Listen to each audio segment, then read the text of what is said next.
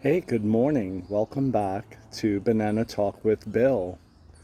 This is where our banana tree was, and you see the stump that is cut.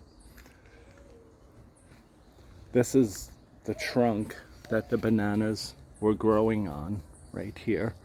Look at the inside. It's fibrous. It's soft. It's not hard. But what by cutting it, it's going to give this one, and that little one the opportunity to grow and produce fruit. So that's why it's important that you cut them. It's not recommended that you move the smaller ones away from the trunk. It's better to leave them there and let them develop and do their own thing. See, and I'm thinking, see how this has one, two, three babies. But see how thin this trunk is? I don't think this one is producing any fruit yet. But you know, it's funny because it may just end up happening. The center here is very solid and strong. So there could be, the heart could be in there and it could come out at any time.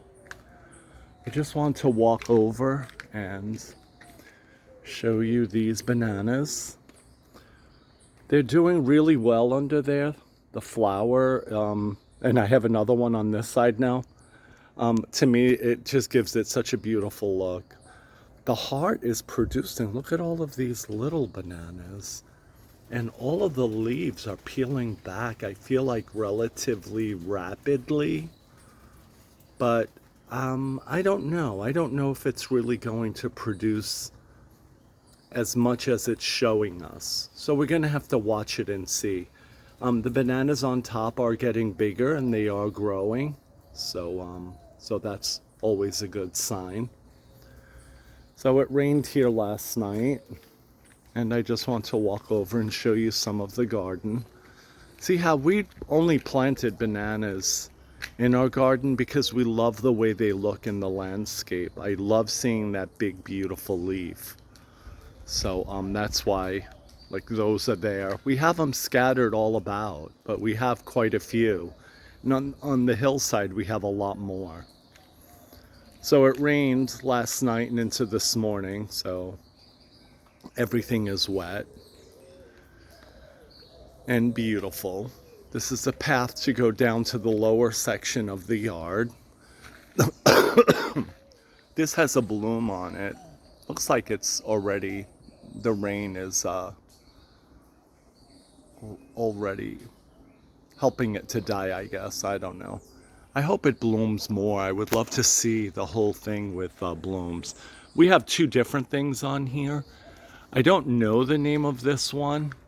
I wish I knew the name of it. I could Google search it.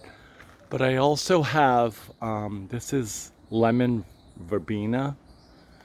And it blooms this pretty little purple flower, but if you rub the leaf of it, it smells like lemon, and it's so beautiful. I love it. I really love it. So the lemon verbena is actually in a pot. This is all part of it. It's in a pot because I was told not to put it in the ground because it will take over. We have an orchid here. Look at how this orchid, and this one we've had for a while, and it hasn't bloomed yet. So we're waiting for that orchid to bloom. So, but I was saying this is the path that goes down to the lower section of the yard. There's an upper section, that's where I'm at, and then there's a lower section. This tree here is a big, beautiful old tree. It's huge. It's really, really huge. It's a mahogany tree. So it's really stunning in the property. I feel like we need to cut it back a little if we can. And maybe one day we will. You know, there's some palm trees and other trees there. But just coming back around this way, you know, all the different things in the garden. We even have cactus growing in our garden, and I guess mainly because we can. So I think they're really beautiful. They look great in the garden. We have a beautiful cactus in a pot I'd like to show you.